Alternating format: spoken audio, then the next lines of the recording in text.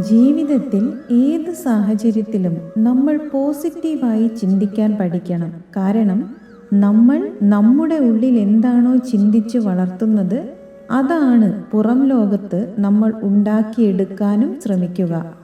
ആദ്യം കേൾക്കുമ്പോൾ ഇത് എല്ലാവരും പറയുന്നതല്ലേ എന്ന് ചിന്തിച്ച് നിസ്സാരമായി കരുതാം. എന്നാൽ ആഴത്തിൽ ചിന്തിച്ചാൽ നമ്മുടെ ഉള്ളിൽ ആരും അറിയാതെ നാം സൃഷ്ടിക്കുന്ന ലോകം എത്രത്തോളം നമ്മുടെ ജീവിതത്തെ മാറ്റിമറിക്കാൻ കെൽപ്പുള്ളതാണ് എന്ന് നമുക്ക് മനസ്സിലാവും.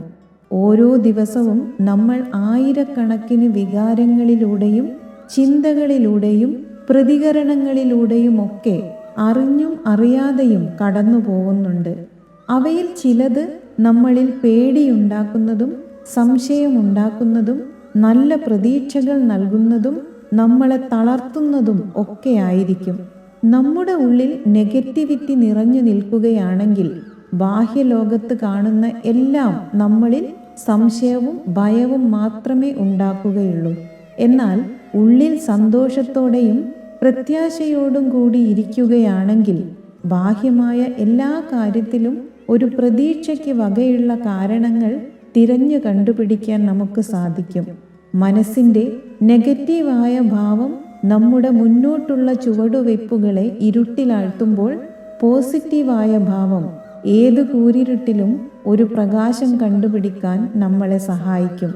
മനസ്സ് ഒരു കണ്ണാടി പോലെയാണ്. അകത്ത് എന്താണോ ഉള്ളത് അത് തന്നെയാണ് പുറത്തും കാണിക്കുന്നത്. നമ്മുടെ ലോകം നാം തന്നെയാണ് സൃഷ്ടിക്കുന്നത് എന്ന് പറയുന്നത് അതുകൊണ്ടാണ്.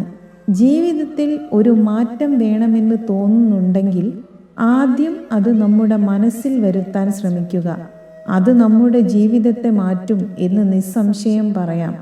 മനസ്സിനെ നമ്മുടെ ലക്ഷ്യങ്ങൾക്ക് വേണ്ടി മാറ്റുന്നത് ഒരു ശീലമാക്കിയാൽ ജീവിതവും നമ്മുടെ പ്രതീക്ഷകൾക്കനുസരിച്ച് മാറും എന്ന് ഉറപ്പാണ്.